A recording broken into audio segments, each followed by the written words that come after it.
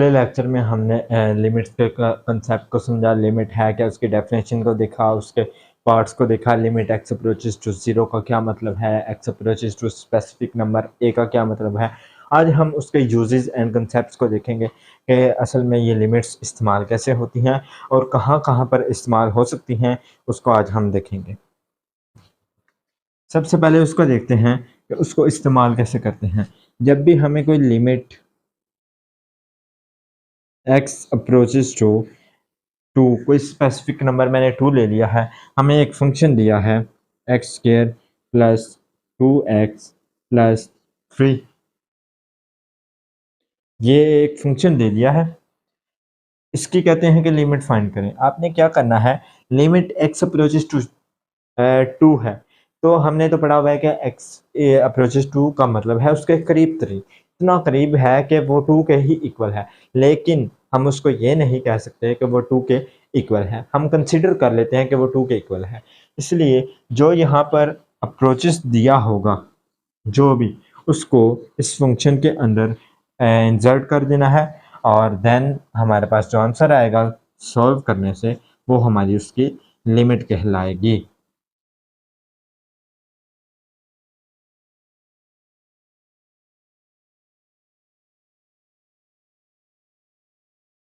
ये हमारे इस फंक्शन की लिमिट आ चुकी है।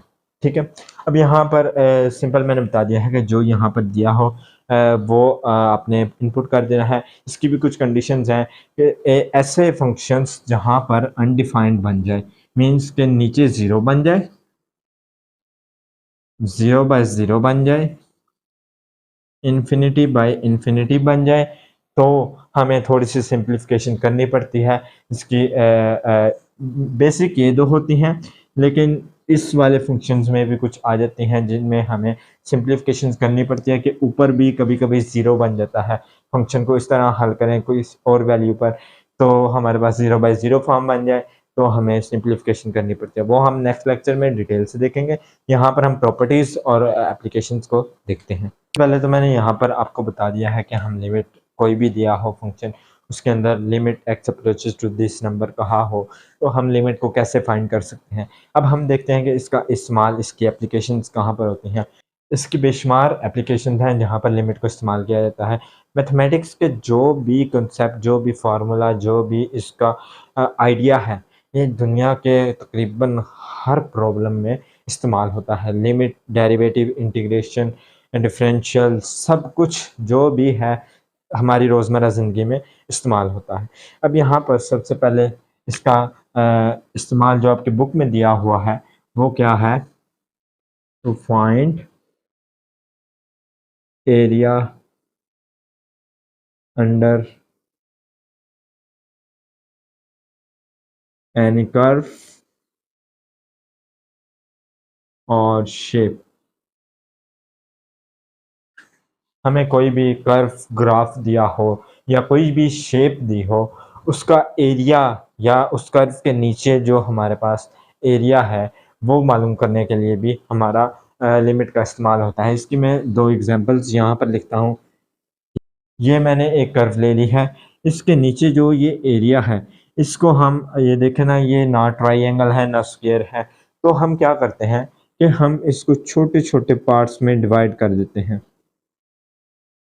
ताकि ये जो हमारा फ़र्क आ रहा है ये इतना छोटा हो जाए कि अप्रोचेस टू ज़ीरो हो जाए। तो इस तरह फिर हम सबको सम करके हम एरिया निकाल लेते हैं। इतने छोटे पार्ट्स में डिवाइड करते हैं कि ये जो हमारा फ़र्क आ रहा है ये बहुत कम हो जाता है, जिसकी वजह से हम कह देते हैं कि limit x approaches to zero, इतना छोटा फ़र्क है कि वो ज़ीरो के इक्वल है। यहाँ पर भी हमारा लिमिट का इस्तेमाल होता है। अब जैसे ये एक सर्कल है, इसको भी हम इतने छोटे इक्वल पार्ट्स में रेडियस की मदद से डिवाइड कर देते हैं। 360 पार्ट्स इतने छोटे हो जाते हैं कि वो इक्वल टू ज़ीरो हो जाता है, means to say that approaches to zero हो जाता है। इसका एरिया मालूम करने के लिए इसको हम लिमिट इतना छोटा कर देते हैं कि वो इतना छोटा हो जाता है कि ज़ीरो के इक्वल। ये मीन्स कि उसका जो हमारे पास एरर आ रहा है, एक शेप बन जाती है कि हम उसका एरिया कैलकुलेट कर लेते हैं। इस तरह पूरे का अब तो हमें फार्मूले का इल्म है, उसकी मदद से हम कर सकते हैं। लेकिन नंबर 2 क्या होता है, न्यूमेरिकल प्रॉब्लम्स हमारी ज़िंदगी में काफ़ी होती हैं, उनको सॉल्व करने के लिए लिमिट का इस्तेमाल होता है। जैसे मैंने प्रीवियस में भी एग्जांपल दी है, कोई हमें फंक्शन दिया हो F of x square plus 2 कर लेते हैं हम, एक हमने कोई ले लिया है। अब यहाँ पर x अप्रोचेस टू कितना है, 1 हम करते हैं।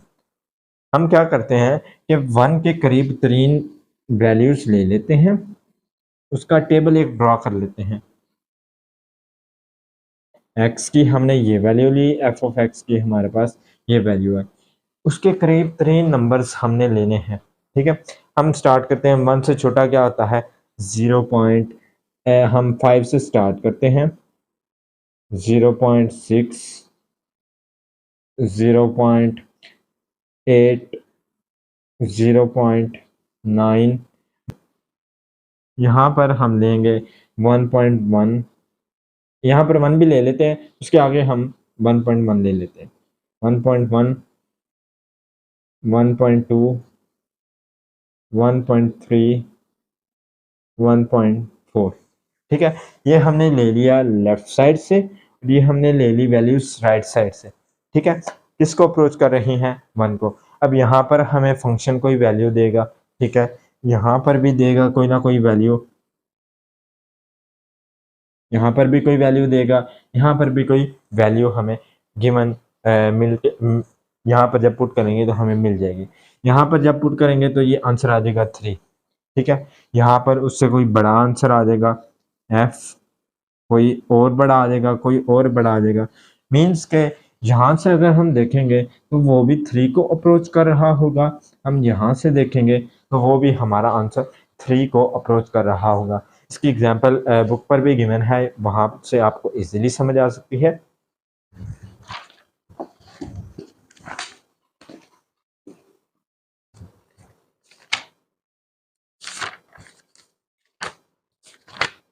यहाँ पर बुक पर मैंने ये एग्जांपल दिखा रहा हूँ, ये देखें, अगर क्लियर नज़र आ रही है, नहीं आ रही तो आप अपनी बुक्स ओपन कर सकते हैं।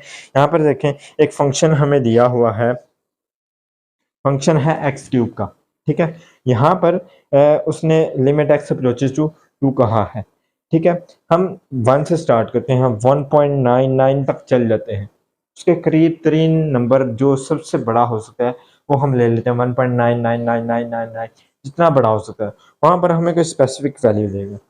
ठीक है, उससे बड़ी कोई रकम ले, 2 उसने नहीं ली, यहाँ पर मैंने भी यहाँ पर 1 ले ली थी, लेकिन आप इसको स्किप कर सकते हैं, लेकिन आप लिखना भी चाहें तो कोई मसला नहीं है। उससे बड़ी रकम ले लें, 2.0001। ठीक है, उससे बढ़ते गए तो हमारे पास 3 तक गए। अब यहाँ से भी देखें और यहाँ से भी देखें, हमारा नंबर किसको अप्रोच कर रहा है, 8 को, बिकॉज 2 का क्यूब क्या होता है, 8। सो ये बुक से भी मैंने एग्जाम्पल आपको दिखा दी है, और वैसे भी मैंने बता दिया है कि इसके लिमिट्स के इस्तेमाल कहाँ कहाँ पर पॉसिबल हो सकते हैं। अब हम चलते हैं कुछ प्रॉपर्टीज़ पर, properties of limits, and then उसके थ्योरम्स पर चलेंगे कि अगर हमें ये कंडीशन दी हो तो हमने कैसे क्वेश्चन को सॉल्व करना है, अगर ये कंडीशन बन जाए तो हमने कैसे क्वेश्चन को सॉल्व करना है।